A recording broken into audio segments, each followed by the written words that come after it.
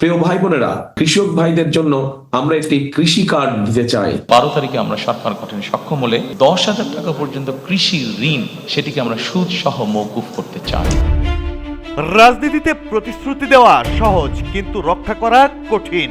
ভোটের মাঠে গালভরা কথার ফুলঝুরি আমরা বহু দেখেছি, কিন্তু কথা দিয়ে কথা রাখার রাজনীতিতে এবার নতুন ইতিহাস গড়লেন তারেক রহমান। ত্রয়োদশ জাতীয় সংসদ নির্বাচনের জনসভায় তিনি বলেছিলেন, বিএনপি জয়ী হলে কৃষকের ঘাম আর চোখের পানির দাম দেবে।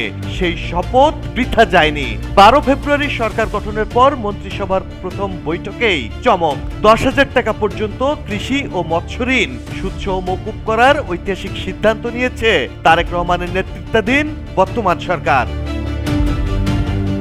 সামান্য ঋণের দায়ে কৃষকের আত্মহত্যা করার ঘটনা যখন প্রায়ই শোনা যায়, তখন তারেকের এই ঘোষণার মাধ্যমে 12 লাখ প্রান্তিক কৃষকের গলার সেই ফাঁস যেন আলগা হলো।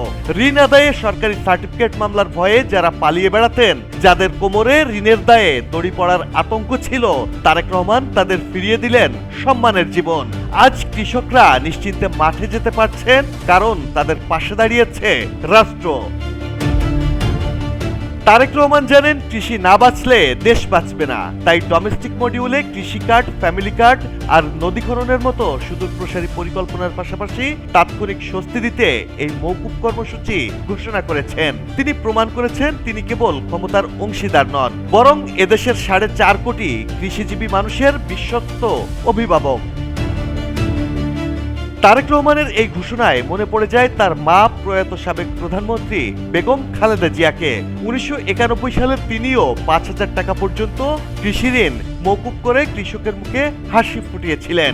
আজ তারেক রহমানও মায়ের পথ অনুসরণ করে 10,000 টাকা পর্যন্ত কৃষি ঋণ মওকুফ করলেন। তারেক রহমানের এই দ্রুত ও কার্যকর পদক্ষেপ বুঝিয়ে দিচ্ছে, নতুন বাংলাদেশের রাজনীতি এখন কেবল কথায় সীমাবদ্ধ নয়, বরং তা তিনি করে দেখিয়েছেন।